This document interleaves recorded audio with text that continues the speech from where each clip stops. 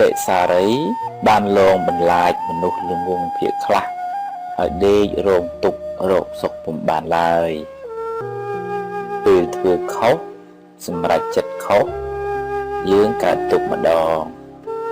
ហើយពេលណានឹកឃើញហើយសោកស្ដាយយើងកើតទុក្ខម្ដងទៀតចំណែកអ្នកខ្លះវិញចូលចិត្តស្ពាយទុក្ខតាមខ្លួនជាដរាបរឿងអីថាមិនក្តៅក្រហាយ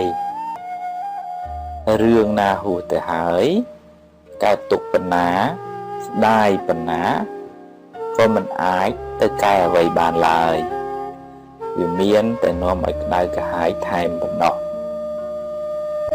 តែអ្នកអាចយកវាជាមេរៀនបានតែកុំដាក់ខ្លួនអ្នកក្នុងគុកអតីតកាលឡើយរៀនដោះលែងខ្លួនអ្នករៀនបំភ្លេចរឿងមួម៉ៅទាំងឡាយ